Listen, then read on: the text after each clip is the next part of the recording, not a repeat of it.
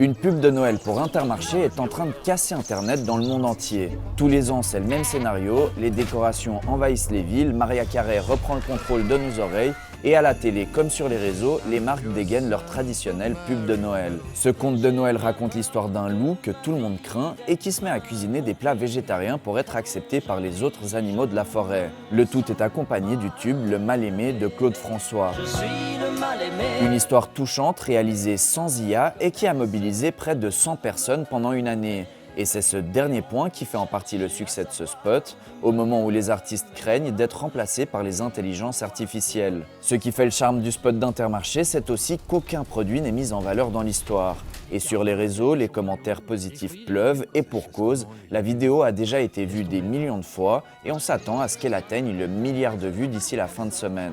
Une petite polémique assombrit quand même le tableau, l'auteur Thierry Dedieu pense reconnaître l'histoire d'un de ses livres dans la publicité. Il estime que son récit a été plagié pour la réalisation du spot. De leur côté, l'agence qui est à l'origine de la pub ainsi qu'Intermarché réfute les accusations.